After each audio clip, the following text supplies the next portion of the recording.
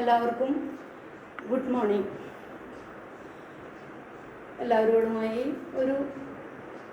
ഒരു അനുഭവം പങ്കുവയ്ക്കാൻ ആഗ്രഹിക്കുന്നു.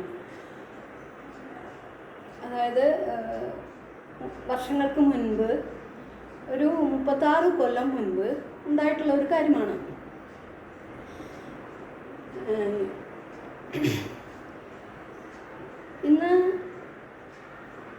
ഇന്ന് ചിലരെല്ലാം എന്നോട് ചോദിക്കും, ഞാനൊന്നും അങ്ങോട്ട് പറയാതെ തന്നെ ഇങ്ങോട്ട് ചിലവർ എന്താ ഇങ്ങോട്ട് പറയണമെന്ന് നമുക്ക് മനസ്സിലാവണില്ല, ഇങ്ങോട്ട് പറയുമോ എനിക്ക് വേണ്ട കാശുള്ളതല്ലേ, വാരിക്കോരിക്ക് ആർക്കും വേണമെങ്കിലും കൊടുക്കാലോ. ആ സംസാരത്തിൽ നിന്ന് തന്നെ, അവരുടെ സംസാരത്തിൻ്റെ ആ സ്റ്റൈല് തന്നെ കേൾക്കുമ്പോൾ നമുക്ക് തോന്നും എന്തോ നമുക്ക് കാശുണ്ടായാൽ ഇത്തിരി അസൂയ വന്നാവോ, അതെ എന്താ നമ്മളെ ഒന്ന് ഒരു കുത്തുകുത്തണ പോലെയുള്ള രീതിയിലുള്ള ഒരു സംസാരം അങ്ങനെയൊക്കെ ആയിട്ട് നമുക്ക് തോന്നും. നമ്മളൊന്നും പറയാതെ തന്നെ നമ്മളെ കാണുമ്പോൾ എന്തൊക്കെയുണ്ട് വിശേഷം അമ്മനെ എന്നൊക്കെ ചോദിച്ചിട്ട്, ഞാൻ എല്ലാവരും അല്ല പറയണേ, അപൂർവം ചിലവർ എന്താ അമ്മനെ വിശേഷം, ഓമനയ്ക്ക് പിന്നെ എന്താ അല്ലേ, ആർക്കും വേണമെങ്കിലും എന്തോരം വാരിക്കോരി കൊടുക്കാലോ, വേണ്ട പൈസ ഉണ്ടല്ലോ, ആ രീതിയിലൊരു സംസാരം നമ്മളേതാണ്ട് ഒന്ന് ഇരുത്തി കെട്ടുന്ന പോലെ അതേ നമുക്ക് പൈസ ഇത്തിരി ഉണ്ടായതിൻ്റെ പേരിലുള്ള അസൂയാണോ അങ്ങനെ സംസാരിക്കാൻ അവരെ പ്രേരിപ്പിക്കുന്നത് എന്നൊക്കെ നമുക്ക് തോന്നിപ്പോകും. അപ്പം തന്നെ ഞാൻ അവർക്കുള്ള മറുപടി കൊടുക്കും. എന്താണെന്ന് വെച്ചാൽ അവർ തന്നെ എന്തായാലും എടുത്ത് മേടിച്ച് കിട്ടുന്ന പോലത്തെ കാര്യങ്ങളല്ല വരുന്നത്. അപ്പം നമുക്ക് എന്ത് ചെയ്യാൻ പറ്റും, നമ്മളൊന്നും പറയാതെ തന്നെ നമ്മളോട് ഓരോ ചോദ്യങ്ങൾ ചോദിക്കുന്നതല്ലേ. അപ്പോൾ ഞാൻ അവരോട് പറയും, അവിടെ എൻ്റെ ദൈവമേ, എനിക്ക് ജോലിയില്ല, പഠിപ്പുമില്ല, ശമ്പളവും ഇല്ല, പിന്നെ എൻ്റെ ഭർത്താവിന് ജോലി ചെയ്ത് കുറച്ച് കാശുണ്ടെന്ന് വിചാരിച്ചിട്ട് എനിക്ക് അതിൽ കൈ കടത്തിയിട്ട് എനിക്ക് വാരിക്കോരി കൊടുക്കാനുള്ള, ഞാൻ അധ്വാനിച്ച പണമല്ല, ഭർത്താവിൻ്റെ ഇഷ്ടത്തിനനുസരിച്ച് ചെയ്യാതല്ലാതെ എനിക്കതിൽ കൈ കടത്താനുള്ള ഇതൊന്നും എനിക്കില്ല. എനിക്കൊന്നുമില്ല, എനിക്ക് തൊഴിലും ഇല്ല, ശമ്പളവും ഇല്ല, പഠിപ്പും ഇല്ല, ഒന്നുമില്ല. നിങ്ങളെന്തെങ്ങനെയൊക്കെ പറയണേ, അത്ര പറഞ്ഞ് ഞാൻ അവസാനിപ്പിക്കാറാണ് പതിവ്.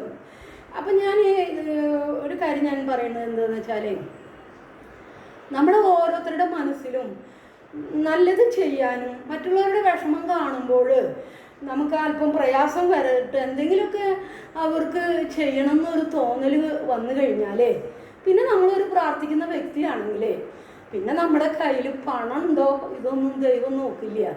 പിന്നെ ദൈവം തന്നെയായിരിക്കും നമ്മുടെ ഉള്ളിലിരുന്ന് പ്രവർത്തിക്കുക. അതാണ് എനിക്ക് എല്ലാവരോടും പറയാനുള്ളത്. അവിടെ പണത്തിനൊന്നും ഒരു സ്ഥാനമില്ല. നമ്മുടെ ആ മനസ്സിനാണ് ദൈവം സ്ഥാനം നൽകുന്നത്.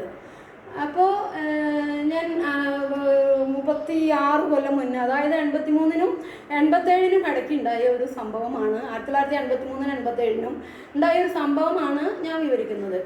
എനിക്ക് ഒരു മോള് ജനിച്ചിട്ടുണ്ടായിരുന്നുള്ളൂ, അന്ന് ഒരു മോള് ജനിച്ചിട്ടില്ല. അങ്ങനെ ആ മോൾക്ക് തന്നെ 2 വയസ്സോ 3 വയസ്സോ അങ്ങോട്ടേ ഉള്ളൂ. ആ ഒരു മോൾക്ക് ഞാൻ കല്യാണം കഴിഞ്ഞ് ഗൾഫിൽ പോയ കാലത്ത് ഞങ്ങൾക്കും വീട്ടിൽ ബുദ്ധിമുട്ടുകളും അതൊക്കെ ഉണ്ട്. പെങ്ങന്മാർ കല്യാണം കഴിക്കാനുണ്ട്, അനിയൻ കല്യാണം കഴിക്കാനുണ്ട്, ഗൾഫിലേക്ക് വന്ന് വീടെടുത്ത് താമസിക്കാനുള്ള കാശിൻ്റേതായ ഇതൊക്കെ ഉണ്ട് ഞങ്ങൾക്ക്. അങ്ങനെ ഇരിക്കുമ്പോൾ അവിടെ എൻ്റെ കൂട്ടുകാരിയുടെ ഭർത്താവ് ചേട്ടൻ ബോംബെയിൽ ജോലി ചെയ്യണ കാലത്ത് പരിചയമുള്ളതാണ്. എൻ്റെ കല്യാണം കഴിഞ്ഞ് ഞാൻ മസ്കറ്റിലെത്തിയപ്പോൾ ഈ കൂട്ടുകാരത്തിനെയും ഭർത്താവിനെയും ഞാനും പരിചയപ്പെട്ടു. അവരാഴ്ചയിൽ ഒരിക്കൽ നമ്മുടെ വീട്ടിൽ വരാറുണ്ട്. മസ്കറ്റിലെ വീട്ടിൽ വന്ന് ഞങ്ങൾ കുറച്ച് നേരമൊക്കെ സംസാരിച്ചിരിക്കലും തമാശ പറയലും മുടക്കൂസം നോക്കി അങ്ങനെയൊക്കെ ഉണ്ട്. അങ്ങനെ ഇരിക്കുമ്പോൾ ഒരു ദിവസം എന്നോട് പറഞ്ഞു, ഈ കൂട്ടുകാരത്തി പറഞ്ഞു, അവരുടെ സ്കൂളിൽ അങ്ങോട്ട് 3 കുട്ടികളുണ്ട് അന്ന്.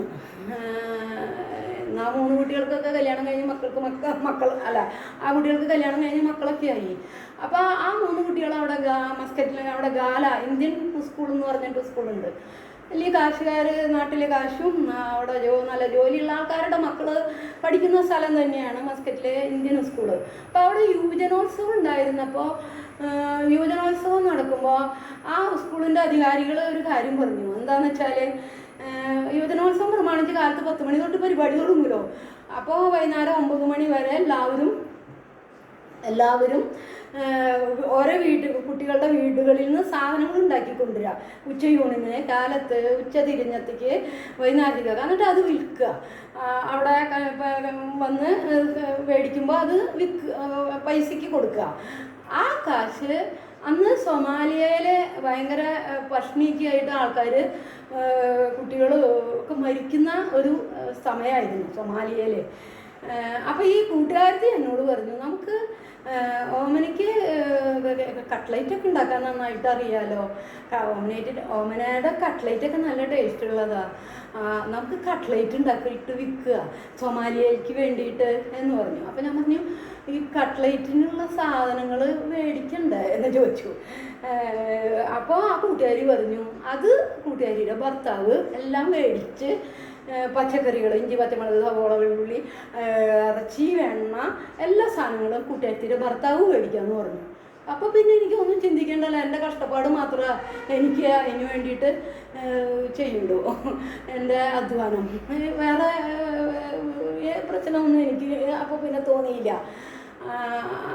അപ്പോൾ അങ്ങനെ ആ കൂട്ടുകാരത്തിൻ്റെ ഭർത്താവ് എല്ലാ സാധനങ്ങളും മേടിച്ചു തന്നു. ഞാൻ എൻ്റെ ഭർത്താവിനോട് പറഞ്ഞു, ഇങ്ങനെ കൂട്ടുകാരത്തി പറഞ്ഞിട്ട് ഞാൻ ഈ അടുക്കളയിൽ, നമ്മുടെ വീടിൻ്റെ അടുക്കളയിൽ എല്ലാ സാധനങ്ങളും ഒരുക്കുന്നുണ്ട്, അതിരാവിലെ ഇന്ത്യൻ സ്കൂളിലേക്ക് കൊണ്ടുപോകണം എന്ന് പറഞ്ഞിട്ട് മൗനം സമ്മതം എന്ന് പറഞ്ഞ പോലെയുള്ള രീതിയിൽ ഒന്നും പറഞ്ഞില്ല. അപ്പോൾ ഞാൻ ആ പരിപാടിക്ക് മുതിർന്നു.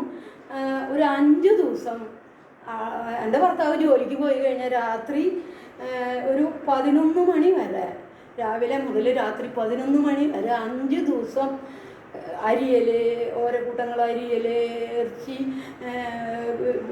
വറുത്ത് മാറ്റി വയ്ക്കൽ, വാട്ടൽ, പച്ചക്കറികൾ വാട്ടി ഇതാക്കൽ, ഉരുളൻകിഴങ്ങ് പുഴുങ്ങി ഉടയ്ക്കൽ, 5 ദിവസം നല്ല കഷ്ടപ്പാടുണ്ടായിരുന്നു. ഉറക്കവും ശരിക്കും ഉറങ്ങിയിട്ടുമില്ല. ആ രീതിയിൽ ഞാൻ 5 ദിവസം പകല് കുറച്ച് നേരം ഈ കൂട്ടുകാരി നമ്മുടെ വീട്ടിലേക്ക് വന്നിട്ട്, മസ്കറ്റിലെ വീട്ടിലേക്ക് വന്നിട്ട് എന്നെ സഹായിച്ചിട്ടുമുണ്ട്.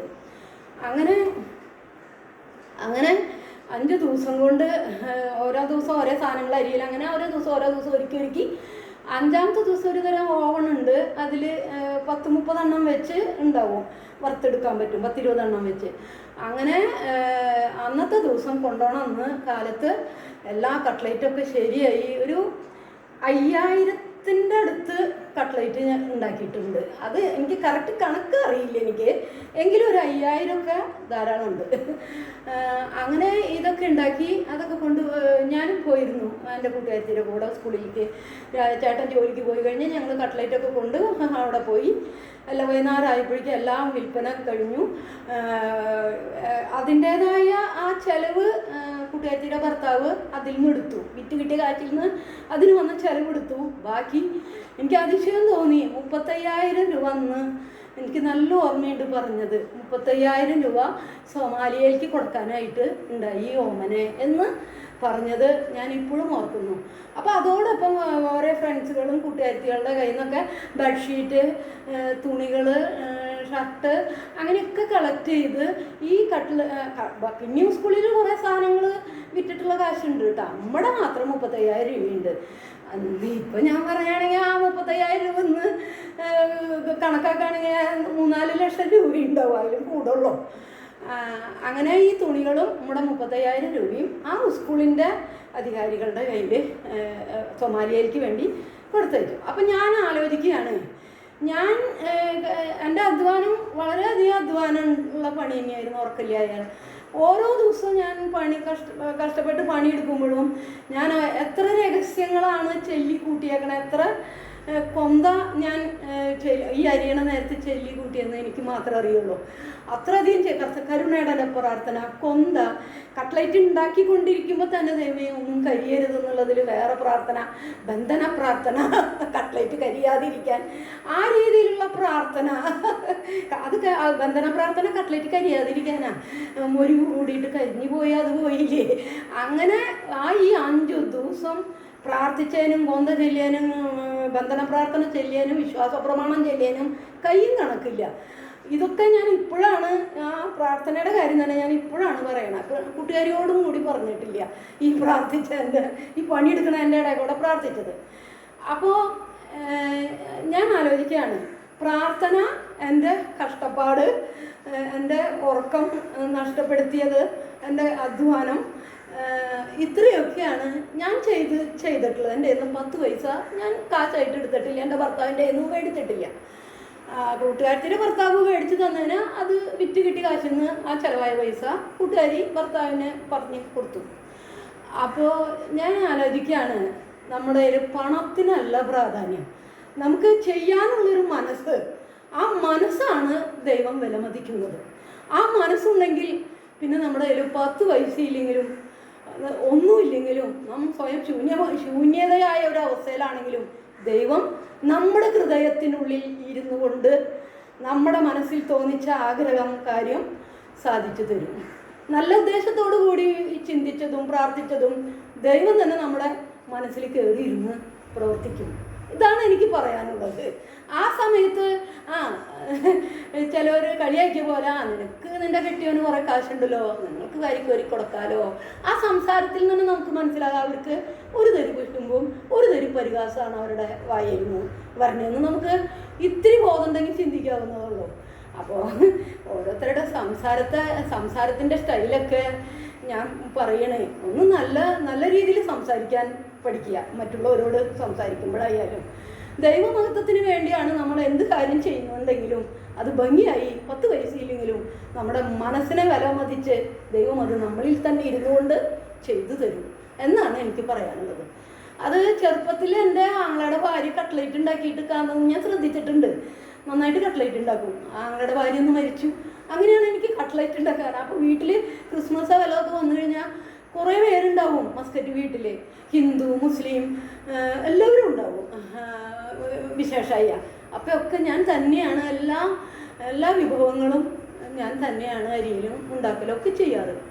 അപ്പോൾ എനിക്കത് ഒരു പ്രയാസമായിട്ട് തോന്നിയില്ല. പിന്നെ നല്ലൊരു കാര്യത്തിന് വേണ്ടിയിട്ടല്ലേ എന്ന് വിചാരിച്ച് എനിക്കതൊരു പ്രയാസമായിട്ട് തോന്നിയില്ല. പിന്നെ അതേ പ്രാർത്ഥനയും കൂടിയായപ്പോൾ എല്ലാം ഭംഗിയായിട്ട് നടന്നു. ഈ അനുഭവമാണ് എനിക്ക് നിങ്ങളോട് പറയാനുള്ളത്.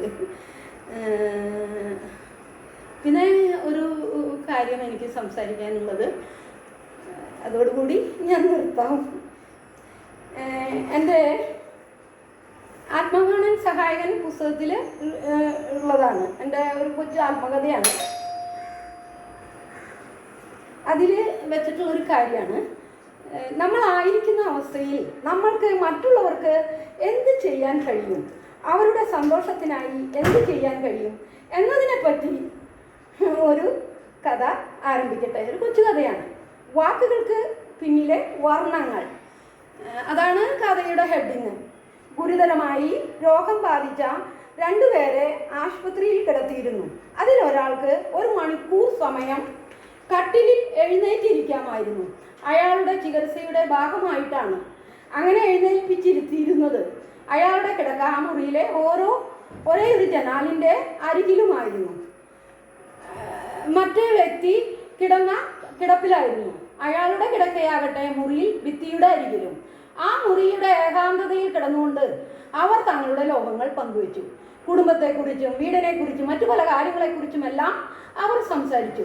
ഉച്ച കഴിഞ്ഞ് 1 മണിക്കൂർ എഴുന്നേറ്റിരിക്കുന്ന അവസരത്തിൽ ജനാലക്കരികിൽ കിടക്കുന്ന മനുഷ്യൻ ജനാലയിൽ കൂടി നോക്കി പുറത്തെ കാഴ്ചകൾ തൻ്റെ കൂടെയുള്ള രോഗിയുമായി പങ്കുവച്ചു. കണ്ണ് കാണാത്ത ആളാണ്, എഴുന്നേറ്റ് നടക്കാൻ പറ്റില്ല, ആ ആളാണ്. ആൾക്കാണ് ഈ കാര്യങ്ങൾ പങ്കുവെച്ചു കൊടുത്തത്.